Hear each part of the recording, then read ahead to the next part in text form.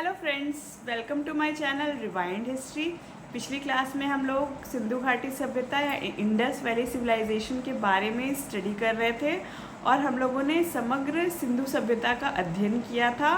साथ ही हम लोगों ने महत्वपूर्ण पुरास्थलों या साइट्स का भी अध्ययन किया था।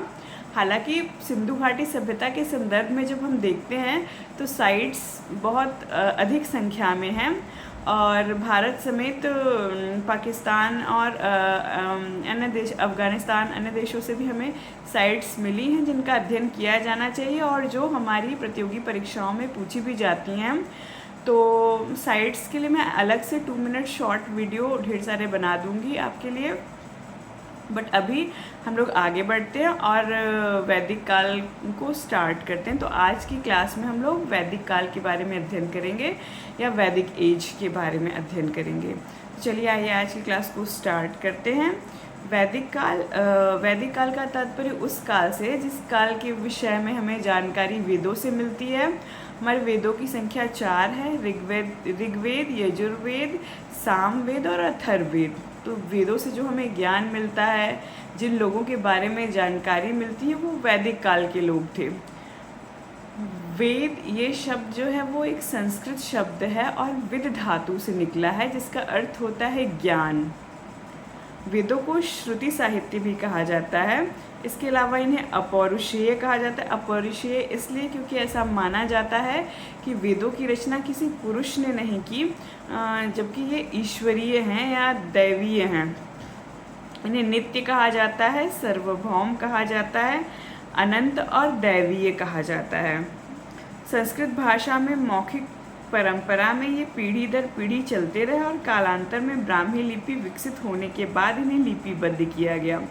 शुरुआत में जब वेदों को संकलित किया गया था तो गुरु शिष्य परंपरा के अनुसार गुरु अपने शिष्य को ज्ञान प्रदान करता था और यही पीढ़ी दर पीढ़ी ये ज्ञान जो है वो हस्तांतरित होता रहता था। किंतु समय के साथ और आवश्यकता के अनुसार जब ब्राह्मी लिपि विकसित हुई तो वेदों को लिपिबद्ध किया गया। संपूर्ण वैदिक काल का जो समय है वो 1500 से 600 ईसा पूर्व के लगभग रखा गया है और ये जो काल है ये 1500 से 600 ईसा पूर्व का काल ये स्वयं में एक लंबा कालखंड है और अध्ययन की सुविधा की दृष्टि से और परिवर्तन की दृष्टि से इस समग्र काल को भी पुनः 2 भागों में विभाजित किया गया है, ऋग्वैदिक काल और उत्तर वैदिक काल।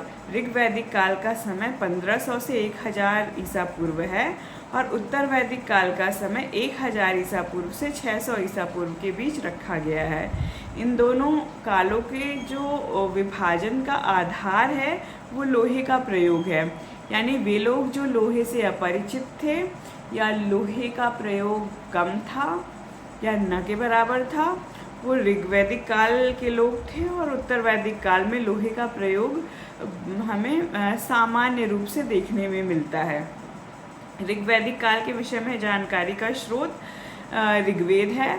इस काल में ऋग्वेद की रचना हुई थी और ऋग्वेद के आधार पर ही इस काल के विषय में हमें जानकारी भी मिलती है। उत्तर वैदिक काल में अन्य तीनों वेदों यानी कि यजुर्वेद, सामवेद और अथर्ववेद की रचना की गई और इस काल के विषय में जानकारी हमें इन तीनों वेदों के आधार पर मिलती है। ऋग्वैदिक काल या उत्तर वैदिक काल या समग्र वैदिक काल में जो लोग रहते थे उन्हें आर्य कहा जाता था। ये आर्य संस्कृत शब्द है जिसका अर्थ है श्रेष्ठ, कुलीन, उत्तम।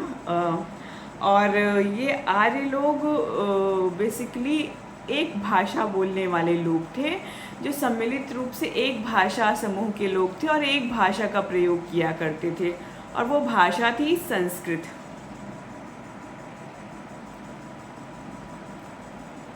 संस्कृत का प्रयोग करने वाले थे ये लोग और आर्यों के संदर्भ में बहुत सारे विवाद भी देखने को मिलते हैं, विद्वानों के बीच मतभेद देखने को मिलते हैं कि ये आर्य कहाँ से आए। सिंधु घाटी सभ्यता के पतन के बाद ये आर्य जो एक भाषा समूह था या एक भाषा बोलने वाले लोग थे, इनकी उत्पत्ति कहाँ से हुई है, कहाँ से आए। तो इस विषय पर विद्वानों में मतभेद देखने को मिलता है।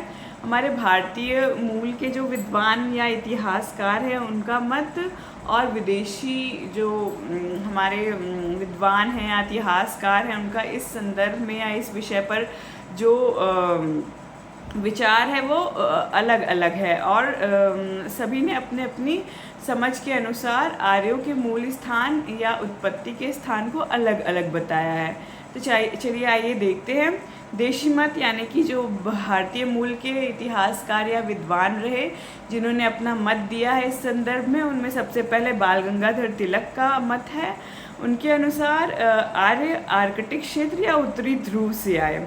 अब उत्तरी ध्रुव कौन सा क्षेत्र है? जब हम पृथ्वी के दोनों पोल्स को देखते हैं, नॉर्थ पोल और साउथ पोल, यानी उत्तरी ध्रुव और दक्षिणी ध्रुव, तो ये वही उत्तरी ध्रुव की बात कर रहे हैं। इन्होंने अपनी book the Arctic home of the Vedas में इस विषय पर विस्तृत चर्चा की है। दयानंद सरस्वती ने आर्यों के मूल स्थान या ओरिजिन को तिब्बत क्षेत्र बताया है। DS त्रिवेदी ने इस संदर्भ में देविका प्रदेश, जिसे अफगानिस्तान के नाम से भी आजकल जाना जाता है, उसको आर्यों का मूल या आर्यों के ओरिजिन से जोड़ा है। D कल्ला ने कश्मीर या हिमालय को आर्यों की उत्पत्ति का स्थल बताया है। और इस संदर्भ में यदि संपूर्णानंद अविनाश चंद्र दास का मत देखें तो उन्होंने सप्त सैंध्व प्रदेश को आर्यों की उत्पत्ति स्थल बताया है। अब सप्त सैंध्व क्षेत्र के बारे में हम लोगों ने पिछली कक्षाओं में भी देखा था। सप्त सैंध्व क्षेत्र वो क्षेत्र है जहाँ पर हड़प्पा सभ्यता या सिंधु सभ्यता के प्रमुख पुरास्थल देखे गए थे, और सिंधु सभ्यता का जो विस्तार है वो इसी सप्त सैंध्व क्षेत्र में ही माना जाता है। इस संदर्भ में गंगानाथ झा के अनुसार आर्यों का ओरिजिन या उद्गम स्थान जो है वो गंगा यमुना दोआब या ब्रह्मर्षि प्रदेश को उन्होंने माना है। तो ये देशी जो हमारे विद्वान हैं या इतिहासकार हैं जो भारतीय हैं उनका मत इस प्रकार से है। और इस संदर्भ में विदेशी विद्वानों ने भी अपने अपने मत दिए हैं, जिसमें सबसे पहला नाम सर विलियम जोन्स का आता है, जिन्होंने हमारे इतिहास, प्रागैतिहास के अध्ययन को बहुत विस्तृत किया और इसके अध्ययन और अध्यापन में एक बहुत महत्वपूर्ण कड़ी के रूप में सामने आए। तो सर विलियम जोन्स के अनुसार इनका जो ओरिजिन है आर्यों का वो यूरोप माना है, और इसका आधार उन्होंने भाषा को माना है।